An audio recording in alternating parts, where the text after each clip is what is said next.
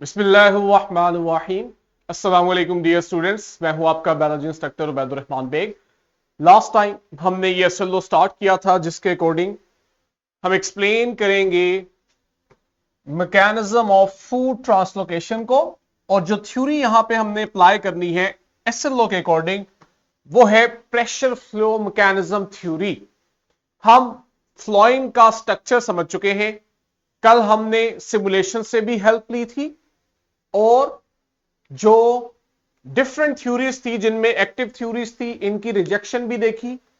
फिर passive theory के अंदर डिफ्यूजन की रिजेक्शन पढ़ी हमने कि डिफ्यूजन इतना स्लो प्रोसेस है कि अगर कोई चीज डिफ्यूजन के अकॉर्डिंग मूव करेगी तो उसे 8 साल लग जाएंगे 1 मीटर का डिस्टेंस कवर करने में, जबकि प्लांट में हम देखते हैं फूड 1 मीटर डिस्टेंस 1 घंटे में कवर करते हैं।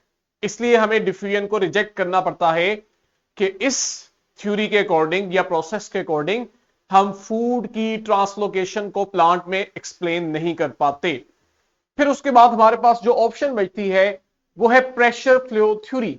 प्रेशर फ्लो थ्योरी जो है इसमें हमने कल पढ़ा था कि आपके पास फूड हमेशा मूव करता है प्रोडक्शन एरिया यानी सोर्स से सिंक की तरफ जो कि स्टोरेज एरिया है।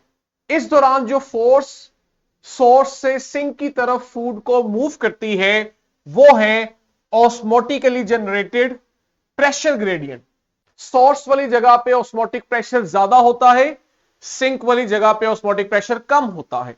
ये जो ऑस्मोटिकली जनरेटेड प्रेशर ग्रेडियंट यानी प्रेशर डिफरेंस बनता है सोर्स और सिंक के दरमियान, इस प्रेशर डिफरेंस की वजह से आप देखते हो सोर्स वाले पॉइंट से फूड मूव करके सिंक वाले पॉइंट पे आता है। ये हमारे पास डायग्राम थी जिसे हमने कल एलैबोरेट किया था।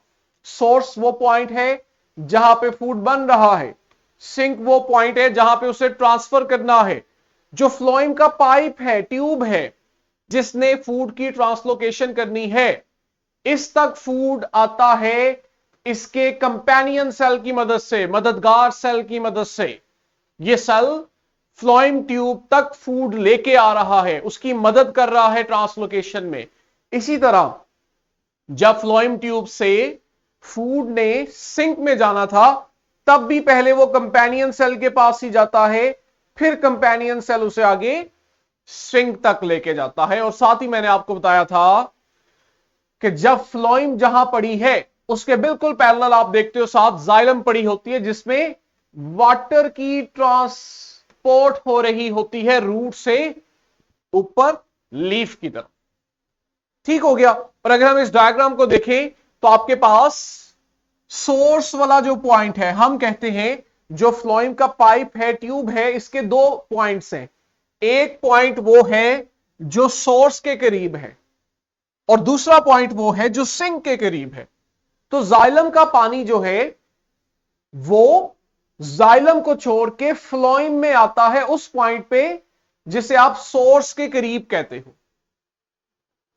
तब आप देखते हो फिर शुगर की ट्रांसलोकेशन होती है। हमने लास्ट टाइम इस डायग्राम में फ्लोइम के स्ट्रक्चर को पढ़ा था। ये आपके पास सेंटर में ये पाइप है, ट्यूब है जिसे आप फ्लोइम सीव ट्यूब कहते हो। ये सीव ट्यूब जिन सेल्स की बनी होती है इन्हें हम सीव ट्यूब एलिमेंट कहते हैं। ये एक सेल है, ये एक सेल है, इतना पोर्शन।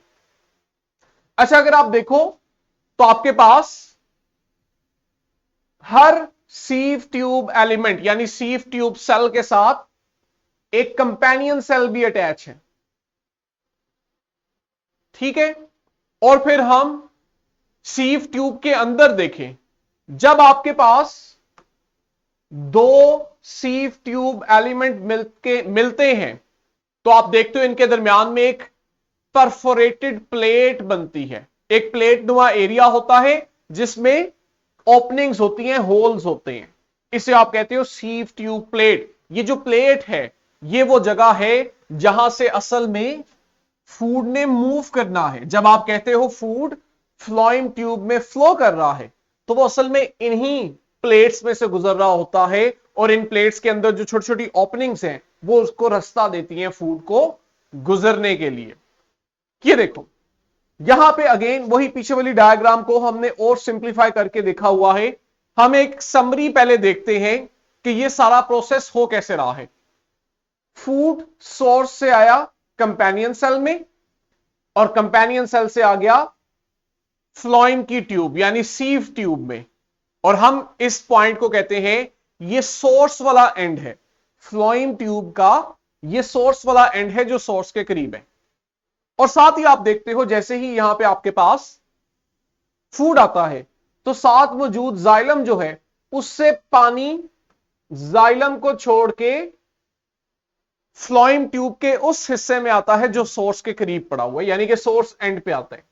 और फिर हम देखते हैं कि फ्लोएम ट्यूब के अंदर ये फ्लो करते हैं। अब जरा आप डायग्राम को भी देखो तो आप खुद देख सकते हो कि ये जो फ्लोएम ट्यूब का ये हिस्सा है जो सोर्स के करीब पड़ा हुआ है, यहां पे रेड डॉट्स ज्यादा हैं, यानी यहां पे शुगर ज्यादा है क्योंकि सोर्स से बन के डायरेक्ट इसको आ रही है। लेकिन दूसरी एंड पे ये वाला एंड देखो जो सिंक के पास पड़ा है, सीव ट्यूब का वो हिस्सा जो सिंक के पास है, यहां हमें रेड डॉट्स कम मिल रहे हैं। क्यों? क्योंकि असल में यहां पे फूड कम है, और वो फूड इसलिए कम है कि वो यहां से फ्लोएम को छोड़ के सिंक में जा रहा है। जैसे ही फूड इस एंड से फ्लोएम को लीव करके सिंक में जाता है तो आप देखते हो कि पानी जो है वो पानी, ये वाला पानी है जो यहां आया था, वो पानी अब सिंक वाले पॉइंट से फ्लोएम को छोड़ के दोबारा जाइलम में आ जाता है। तो इस तरह ये प्रोसेस कंटिन्यू रहता है। इस सारे प्रोसेस में अगर हम देखें तो ट्यूब, सीव ट्यूब या फ्लोएम ट्यूब या पाइप, इसके एक पॉइंट पे शुगर ज्यादा, दूसरे पे कम। ये आपके पास osmotic pressure gradient, osmotic pressure difference generate हुआ है।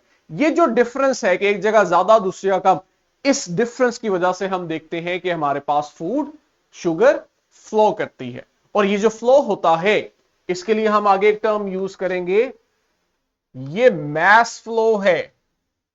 ऐसा नहीं होता कि आपके पास चंद मॉलिक्यूल्स इसमें मूव कर रहे होते हैं। आप देखते हो बड़ी अमाउंट के अंदर, बल्क के अंदर बहुत सारा कंटेंट फूड और वाटर इकट्ठा आपके पास सारे का सारा यहां से आगे मूव करता है। ये सारा अगला कंटेंट मूव करके आता है इस सेंड पे और फिर आगे सिंक के पास चला जाता है। अब हमने इसे one by one scientifically read करना है कि हो क्या रहा है। एक मेन थ्योरी हमें समझ आ गई है। कहते हैं ये जो सोर्स वाला पॉइंट है जिसको आप लीफ कह रहे हो, यहां पे जहां फूड बन रहा है, यहां पे होती है फोटोसिंथेसिस, और उस फोटोसिंथेसिस की वजह से ग्लूकोज यानी हमारा फूड बनता है। अच्छा, ये जो ग्लूकोज है इसको जितना यूज करना है लीफ ने, लीफ यूज कर लेगा। बाकी का ग्लूकोज उसने ट्रांसफर करना है प्लांट के दूसरे हिस्से में, और यहां मतलब है सिंक में। वहां फिर यह होता है कि इस ग्लूकोज के साथ फ्रुक्टोज को मिला के सुक्रोज बनाई जाती है। समझ रहे हो? ग्लूकोज और फ्रुक्टोज, इन्हें इकट्ठा फिर आगे ट्रांसफर किया जाता है। हमारे पास ग्लूकोज को कन्वर्ट किया जाता है सुक्रोज में। अब ये जो सुक्रोज है इसको लीफ से हमने ट्रांसफर करना है, और ये आपके पास शुगर है। अब सुक्रोज कहां पे है? अगर हम अपनी बुक वाली डायग्राम देखें, सुक्रोज ये है, ये देख रहे हो, लीफ के अंदर बनी है। अब अगर आप डायग्राम से ही देखो, पहले ये जाएगी कंपेनियन सेल्स के पास। अच्छा, शुरू के अंदर सुक्रोज यहां ज्यादा है लीफ के अंदर क्योंकि यहां बन रही है, लेकिन एक वक्त आएगा ना जब बहुत सी सुक्रोज जो है वो ट्रांसफर होकर कंपेनियन सेल्स में आ जाएगी। तो अब कंपेनियन सेल्स में ऑलरेडी सुक्रोज ज्यादा है।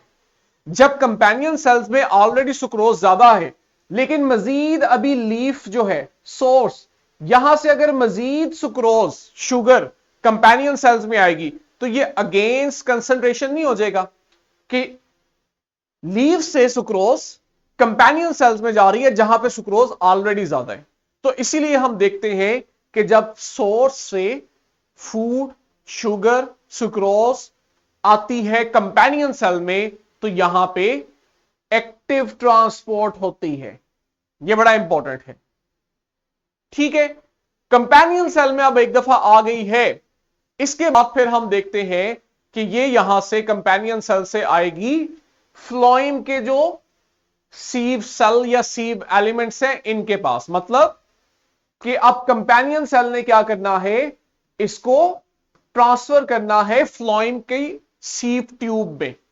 मैं बार बार सीव ट्यूब का लफ्ज ना भी यूज करूं तो आपने अंडरस्टैंड करना है कि हम इस पाइप की बात कर रहे हैं।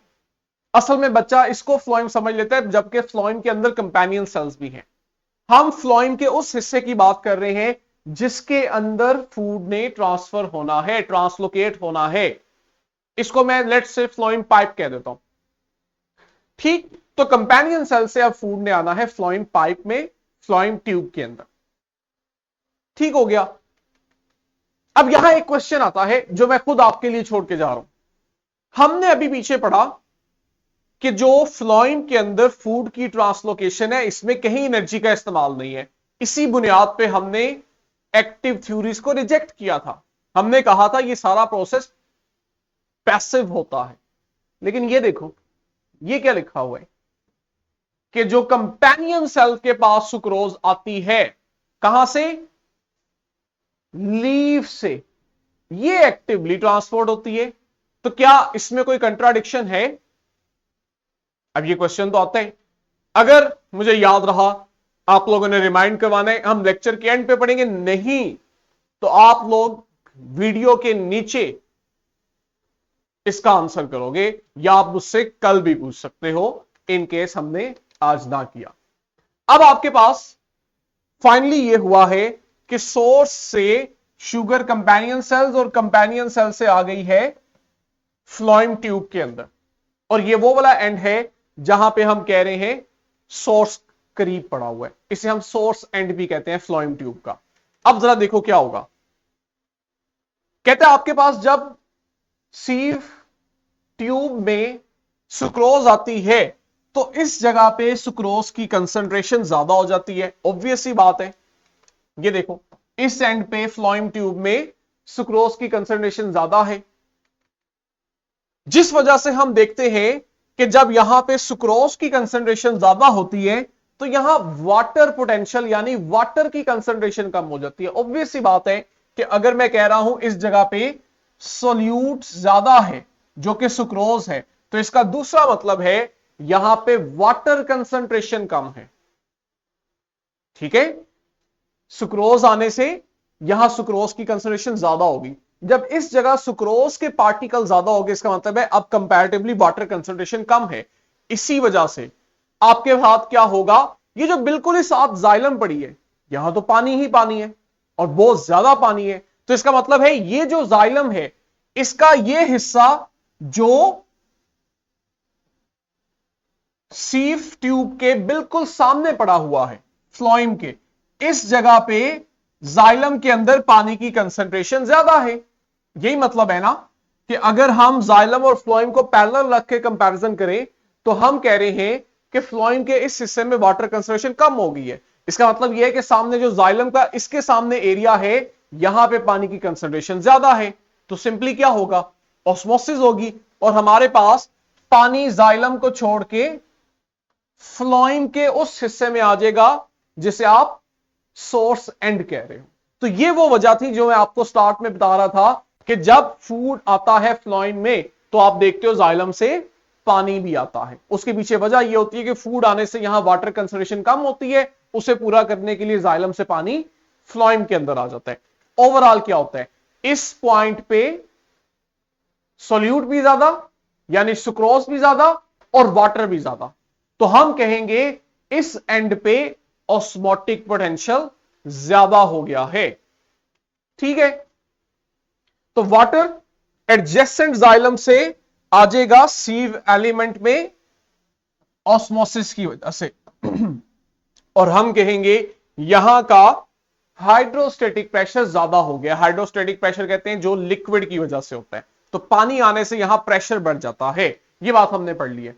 अब क्या हुआ, कहता है अब आपके पास प्रेशर डिफरेंस आ जाता है किन दो पॉइंट्स के दरमियान, सोर्स और सिंक के जो एंड्स हैं फ्लोएम के। ये देखो, ये आपके पास सोर्स एंड है, इसको रेज करें डिस्कार्ड करके दोबारा। ऊपर वाला जो फ्लोएम का हिस्सा है ये हमारे पास फ्लोएम एंड है। ठीक है, जबकि नीचे वाला हिस्सा जो है ये आपके पास, ये देखो बच्चों, इस एंड को हम सोर्स एंड कह रहे हैं क्योंकि ये सोर्स के करीब है, और ये वाला जो एंड है इसे हम सिंक एंड ऑफ फ्लोएम कहते हैं। तो आपने अपने बुक के अंदर इन टर्मिनोलॉजी से कंफ्यूज नहीं होना। फ्लोएम का वो हिस्सा जो सोर्स के करीब है, फ्लोएम का वो हिस्सा जो सिंक के करीब है। तो असल में वो कहना चाह रहा है इस हिस्से और इस हिस्से के दरमियान, विद इन फ्लोएम, इन दो रीजन्स के दरमियान प्रेशर डिफरेंस आ गया।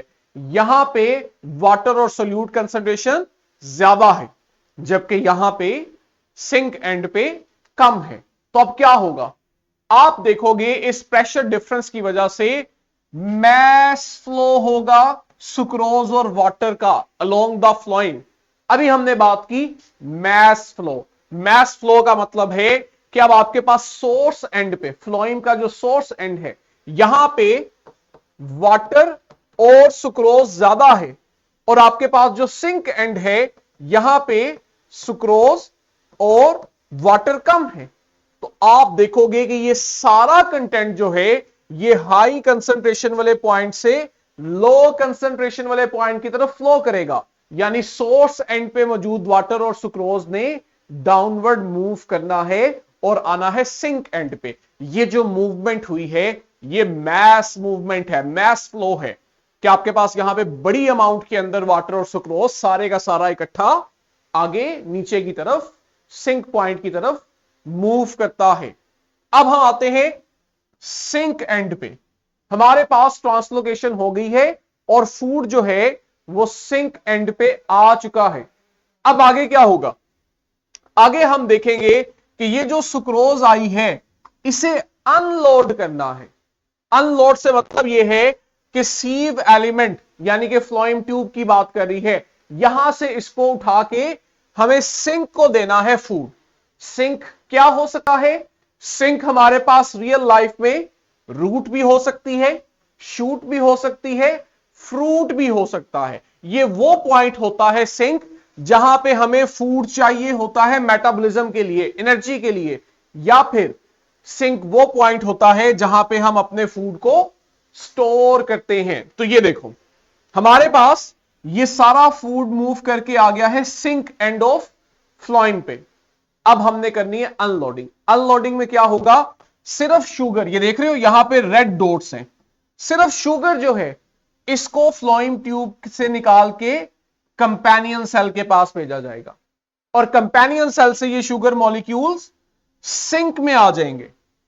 अगर इनकी वहां जरूरत है तो इस्तेमाल होंगे, अदरवाइज वहां पे स्टोर कर लिए जाएंगे। अब देखो हुआ क्या, जैसे ही इस पॉइंट से शुगर निकल के सिंक में गई तो इसका मतलब है यहां पे फ्लोएम का जो सिंक एंड है यहां पे सोल्यूट कम हो गया है। मैं इसको यहां लिख देता हूं, यहां पे सोल्यूट कम हो गया, लेकिन पानी तो है, अभी भी पानी तो नहीं निकला, तो इसका मतलब है सोल्यूट कम हुआ, लेकिन यहां पे वाटर कंसंट्रेशन ज्यादा होगी, क्योंकि पीछे का जो पानी है अब वो सोल्यूट की निस्बत ज्यादा है, तो हमने कहा वाटर कंसंट्रेशन ज्यादा है। अब क्या होगा, सिंपली हम देखेंगे कि ये पानी फ्लोएम को छोड़ेगा और साथ ही पैरेलल जो जाइलम पड़ी हुई है इसके अंदर आ जाएगा। तो ओवरऑल अगर आप देखो हुआ क्या है, हुआ ये है कि इस एंड पे आके फूड चला गया सिंक के पास, पानी चला गया जाइलम के पास।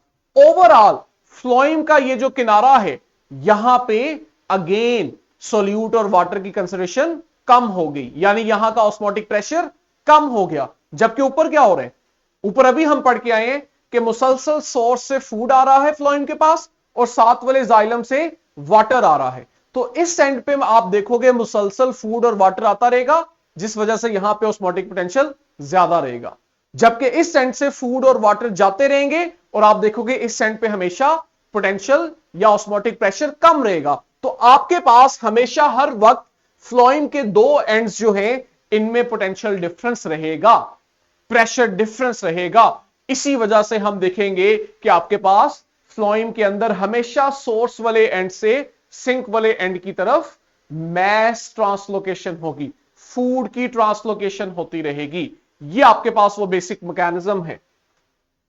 ठीक है, हमारे पास जैसे ही वहीं से कंटिन्यू करते हैं, जैसे ही फूड जो है वो सिंक में गया तो फ्लोएम का वो जो हिस्सा है वहां पे इसकी कंसंट्रेशन कम होगी, जबकि पानी की कंसंट्रेशन इस पॉइंट पे ज्यादा होगी। अगले ही मोमेंट में हम देखेंगे पानी जो है वो सीव ट्यूब को छोड़ेगा और वापस जाइलम वेसल में चला जाएगा जहां से वो आया था, जिसकी वजह से हम देखेंगे कि ये जो सिंक वाला एंड है, इस एंड पे हाइड्रोस्टेटिक प्रेशर यानी कि पानी की वजह से जो प्रेशर था ये कम हो जाएगा सिंक पॉइंट पे।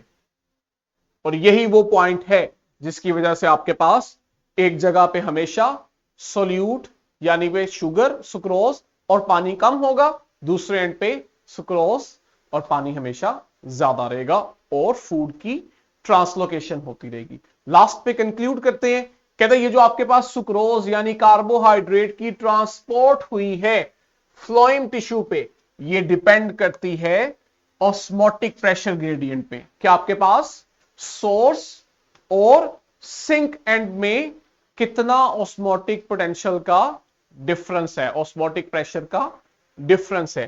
कहते हैं ये जो प्रेशर ग्रेडियंट है, प्रेशर डिफरेंस है, ये फ्लोएम में लोडिंग और अनलोडिंग की वजह से होता है। लोडिंग का मतलब है कि आपके पास फूड जो है वो सोर्स से फ्लोएम में आ रहा है, इसे कहते हैं लोडिंग, जबकि फ्लोएम से फूड का सिंक में चला जाना इसे कहते हैं अनलोडिंग। तो ये जो लोडिंग और अनलोडिंग होती है, इसी वजह से हम देखते हैं कि फ्लोएम के अंदर ये प्रेशर डिफरेंस, प्रेशर ग्रेडियंट हमेशा बना रहता है सोर्स और सिंक वाले पॉइंट्स के दरमियान। हां, अगर हम कंक्लूड करें तो हम कहते हैं कि ओवरऑल, मैं ओवरऑल की बात कर रहा हूं, सोर्स से फ्लोएम में आना और फ्लोएम के अंदर फिर मूव करके सिंक में चले जाना, ये जो ओवरऑल ट्रांसलोकेशन हुई है ना फूड की, इसमें आप देखते हो कुछ जगहों पे डिफ्यूजन हो रही होती है, जबकि कुछ जगहों पे एक्टिव ट्रांसपोर्ट भी हो रही होती है। तो ये आपका टॉपिक यहां पे कंक्लूड हुआ। लेकिन मुझे याद आ रहा है, हमने अभी आज के लेक्चर के स्टार्ट में कहा कि हम तो एक्टिव थ्योरीज को डिसमिस करके आए हैं। हमने कहा कि फ्लोएम में जब फूड की ट्रांसलोकेशन होनी है वहां तो एनर्जी नहीं चाहिए, एक्टिव थ्योरीज गलत है, इसलिए फिर हमने पैसिव थ्योरी को अडॉप्ट किया।